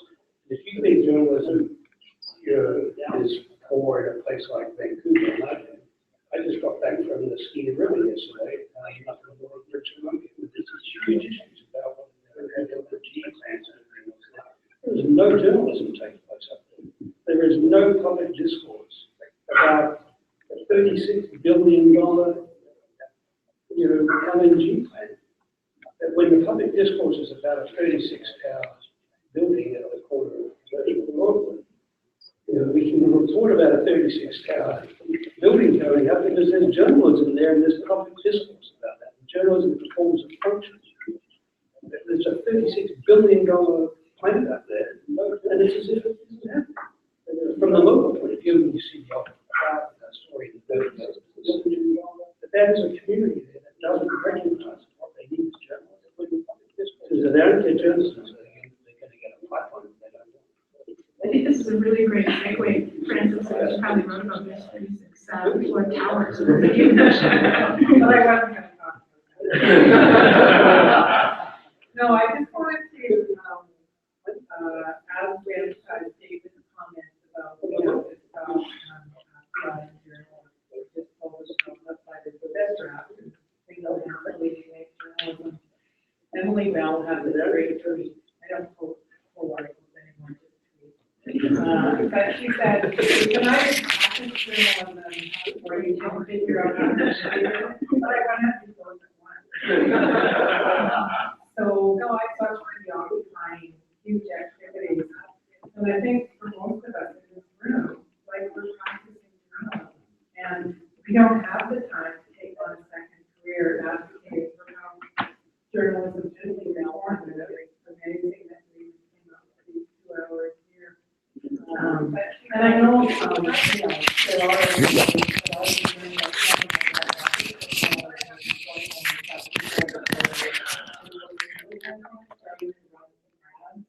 you know, featuring journalism, and I can't remember what the slogan was, which is why journalism matters.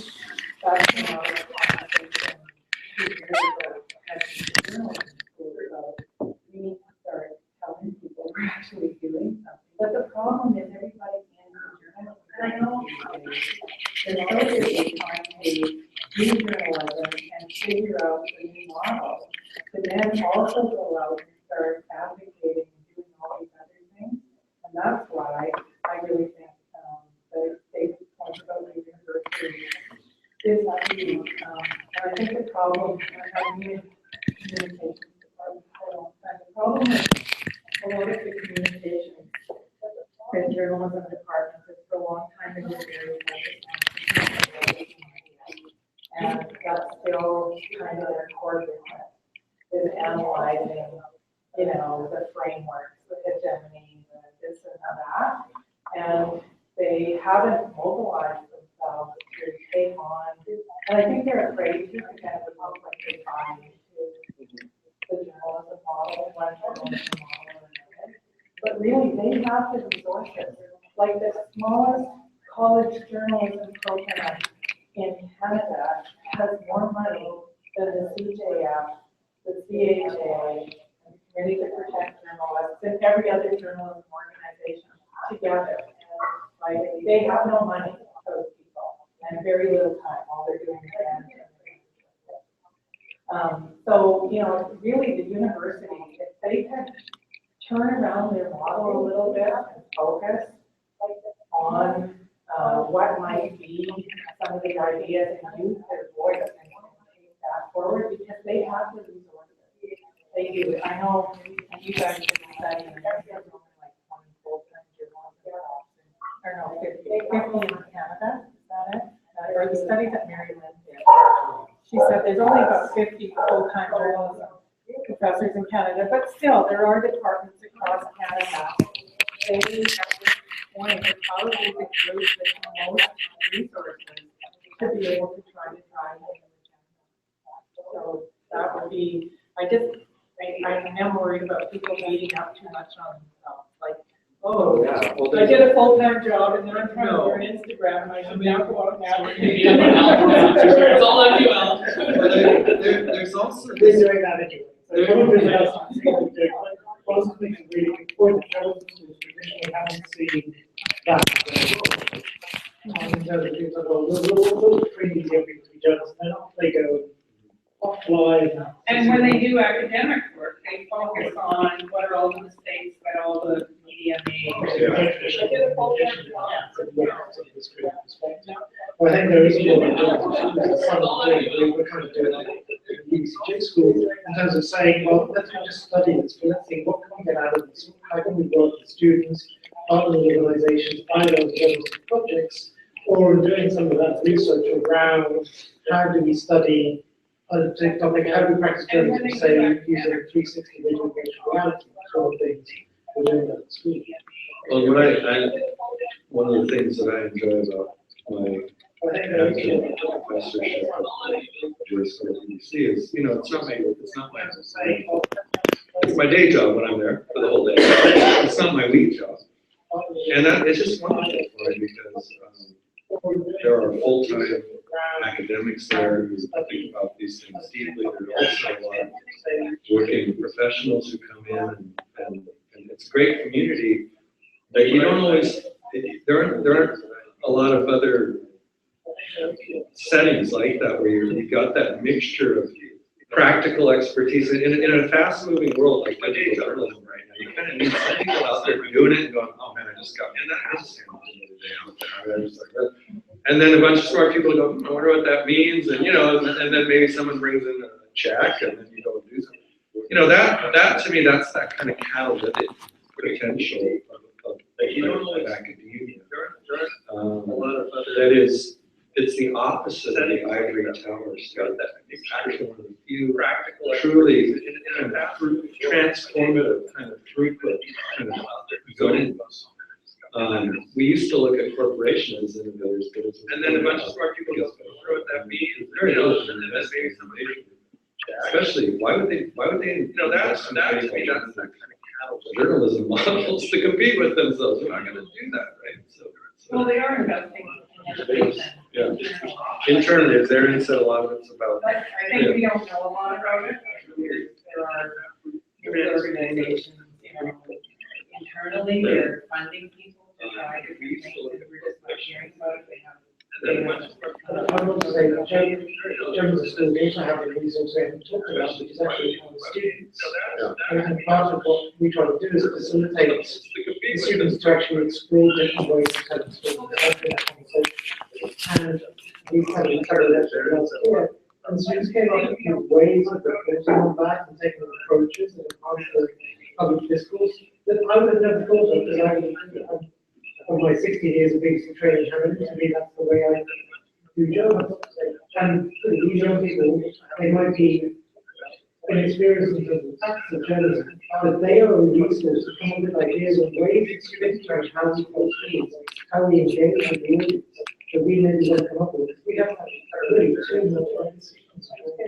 So I just to finish off that one thing, I would love to see like public journalism, maybe part of it. And examine some of the models that you guys have talked about, and, do assessment.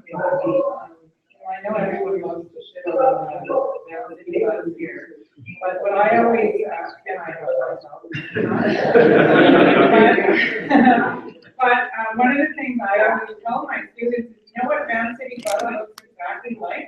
The commercial media of New York in the 1830s, as it was figuring out what journalism was, and they just threw any crap at the wall and printed it. Open ballot too. And, well, I don't know, this is what we're supposed to be doing, we're making money, so let's keep doing it. And they sort of slowly established what journalism principles would be, and they would pressure by the public to perform more public service when people felt like they were getting out of line and so on. But so it would be great to have a journalism and business school examine together, then, a BuzzFeed and, other models, and talk about it, and plus finance as a source of income, that are potential for each of them. I think, we have this fantastic conversation on true people, and then.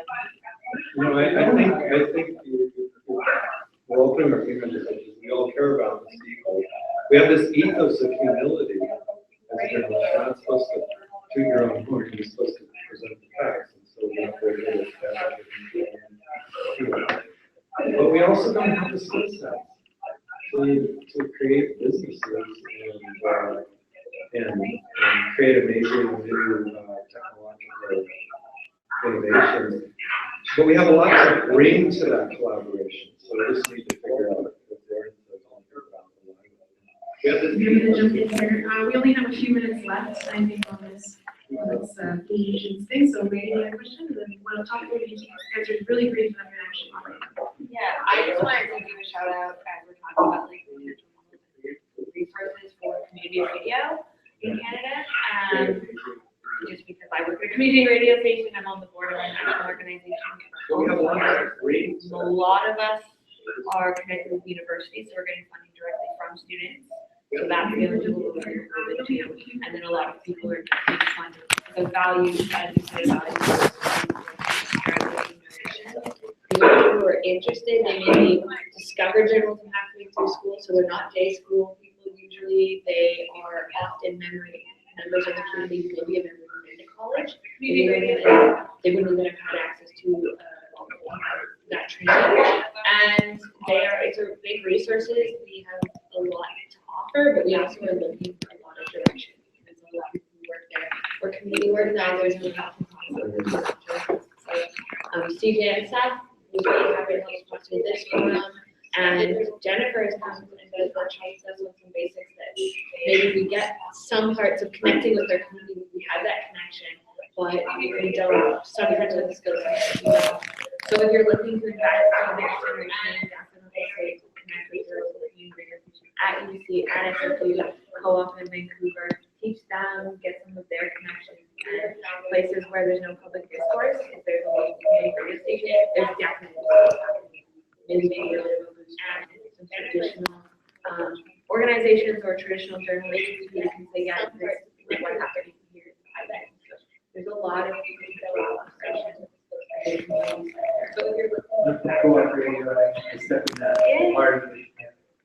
Maybe just want to listen to guys talk about bringing business schools together with journalism schools. That's what we've got at BCIT, and strangely enough, and I say strangely enough because I don't think the business school has any idea of how to put our industry forward any better than we did, because this moved so quickly. I know in our digital journalism side, we've literally been changing our course material on a weekly basis. And after that fact, well, we like to send a saying, okay, what we talked about last week, forget that. That just changed. So the business models, I don't think have caught up at all either. Right? If they had, most we did would be in a great situation. They're not. So I'd love to see some innovators in the business side come forward, and they may not be in our own business programs at universities. I'd love to see the innovators come forward and say, maybe you've got something completely out of the box. We can bring forward this and maybe come up with a solution there, because I don't think it's coming forward to say traditional. So the business model is not enough for me. Outside of the box, he's thinking it's for the business model. He doesn't have to. Well, you guys struggle as much as anybody else. We do. I mean, we've been there since 2003. We have 6 different revenue streams at this point. And I never get a phone call. Nobody ever calls and goes, how do you guys do that? I'm kind of interested in like they wouldn't have to be saying, whatever the Tyee does, that's what I'm going to do. They'd simply have to be on a mission to find out anything they can from models that have stuck around for 13 years and are still there. We've been very involved.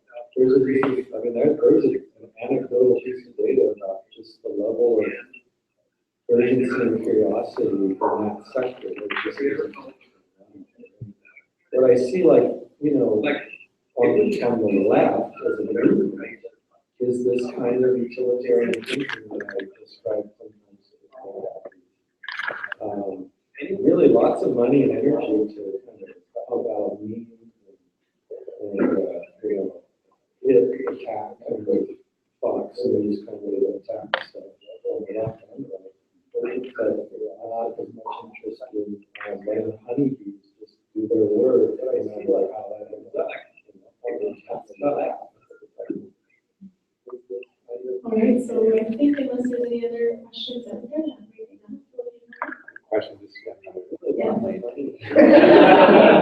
The one thing that I just let the lead go, I like the idea that the universities are saying, let's get these schools together and do this big analysis. But at the end of the day, the people in this room don't start something, nothing changes. So like the work that I'm doing now, I run a series of global events on behalf of Google News Lab, bring together journalists and designers and entrepreneurs and developers and so forth.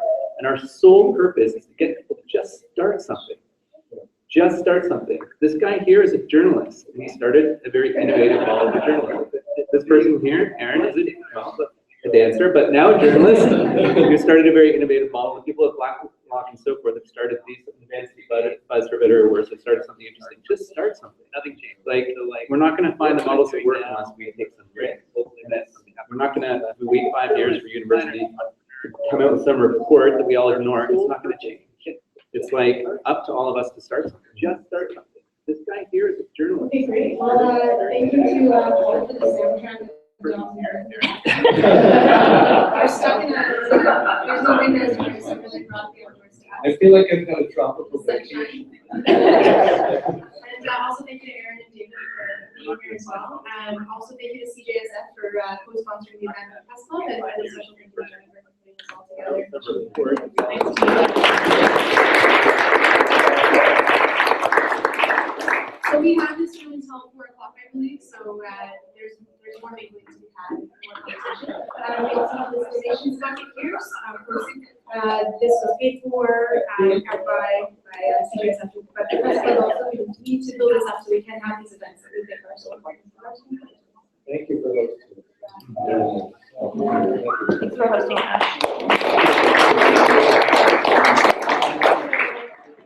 I will point out that if people are interested in how we got to the sorry state, one expert is in the back there, Mark. He literally wrote the book on social media. He says they're still making money. I can prove it.